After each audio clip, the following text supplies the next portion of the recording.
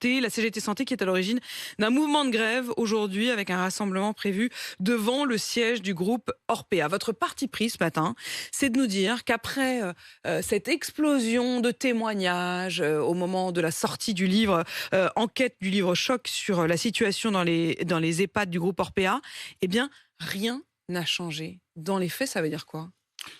Pour vous donner un exemple, c'est ce matin, encore, pour les petits déjeuners, on compte les morceaux de sucre, les morceaux de biscottes et les morceaux de pain. C'est-à-dire que ce qui a été dénoncé dans le livre de Victor Castanet, ce que nous, la CGT, dénonçons depuis des années, par les intermédiaires de presse ou en interpellation des instances, ARS, conseils départementaux, force est de constater que malheureusement, à l'heure où nous parlons, là, rien n'a encore changé. Le constat est fait, tout le monde est au courant maintenant, nous ne pouvons plus dire que ce n'est pas vrai, ou en tout cas, ce n'était que des problématiques d'encadrement, ce qui a été souvent le cas, hein. C'est-à-dire qu'on nous a souvent ramené ça, effectivement, au personnel ou à l'encadrement. Au manque de personnel, ou Au en tout cas manque de au personnel. nombre trop faible de personnel par rapport au nombre de De résidents. résidents. Et force est de constater que malheureusement, les ratios de personnel, rien n'a bougé. Pour l'instant, on n'a aucune annonce, rien n'a été fait.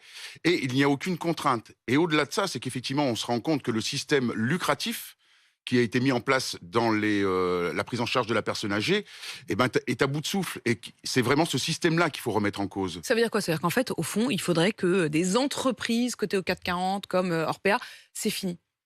Dans la santé, ça ne peut pas exister. Des entreprises en bourse. On ne peut pas avoir de la rentabilité comme il nous est demandé quand on est actionnaire, et un actionnaire le demande quand il place de l'argent sur une société qui s'occupe d'humains. Ce n'est pas possible. On voit les dérives que ça apporte. Là, on ne peut plus dire, et je le redis, on ne peut pas dire qu'on ne savait pas. Maintenant, tout le monde est au courant. Tout le monde. Et justement, le gouvernement a promis de présenter des mesures aujourd'hui, suite aux révélations du livre Les Fossoyeurs. On devrait avoir ces mesures à la mi-journée. L'esprit, on le dit, c'est plus de transparence. Est-ce que ça suffit? Non, non, non, il faut réellement de vraies mesures. Je ne reviendrai pas sur le fait des plans grand âge où il y en a 3 gouvernements successifs qui nous les ont promis et il ne s'est rien passé. Je ne rappellerai pas sur les 10 dernières années les 13 rapports faits par les parlementaires qui dénoncent systématiquement le manque d'encadrement. À la fin de les derniers rapports disent maintenant clairement que nous sommes des maltraitants institutionnels. C'est posé, c'est quelque chose qui est dit. Et pour l'instant, nous n'avons que des annonces. Pendant ce temps-là, à 6h47, il y a des résidents qui sont dans ces EHPAD et qui sont maltraités ou qui sont privés. C'est surtout qu'on est sur de la maltraitance institutionnelle où effectivement on est globalement maltraitant. Mais ça, pour le coup, ça ne se limite pas qu'au personnel, c'est que nous tous, nous sommes maltraitants. Au fond, est-ce que ça veut dire que la logique même d'Orpea devrait être dissoute? C'est-à-dire qu'est-ce que ces entreprises, vous vous dites, elles devraient être dissoutes, au fond, c'est fini, elles ne doivent plus s'occuper de nos personnes âgées? En tout cas, c'est le discours de la CGT qui, effectivement, le lucratif n'a plus rien à faire dans le monde de la santé. Vous demandez quoi? Une nationalisation de tous ces établissements pour Oui, seniors? oui, oui. Oui? Oui, oui.